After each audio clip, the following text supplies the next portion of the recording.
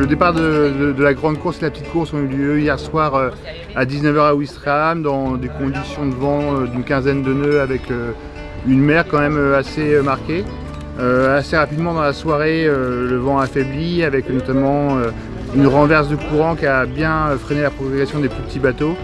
Entre ce départ un peu agité, le temps calme de la nuit, ça a déjà un petit peu tiré sur les organismes.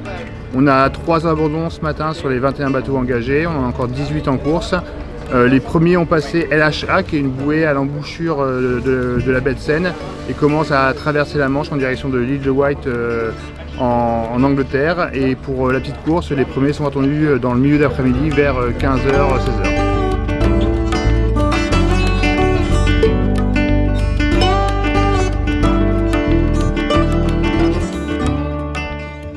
Transition après l'année Covid qui repart très bien puisque là, on a dépassé les 70 bateaux sur cette nouvelle édition de la Normandie Cup. On en est assez fiers et puis on est surtout très heureux que l'ensemble des marins de la baie de Seine soient de nouveau venus en découdre sur un plan d'eau assez difficile pour ces 3 jours de course.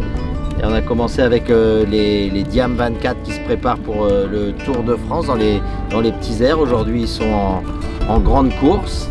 Et puis là, dans quelques minutes, arriveront maintenant les IRC, les Osiris de la petite course. Ils sont à quelques encablures de la ligne, alors que l'on a encore en mer au moins jusque demain matin, voire demain midi, la grande course. Ils vont attaquer le Tour de l'île de Wight. C'est une première pour la Normandie Cup avant de revenir ici. Tout ça, c'est dû aussi au beau partenariat qu'on a avec la SRCO sur cette transmanche.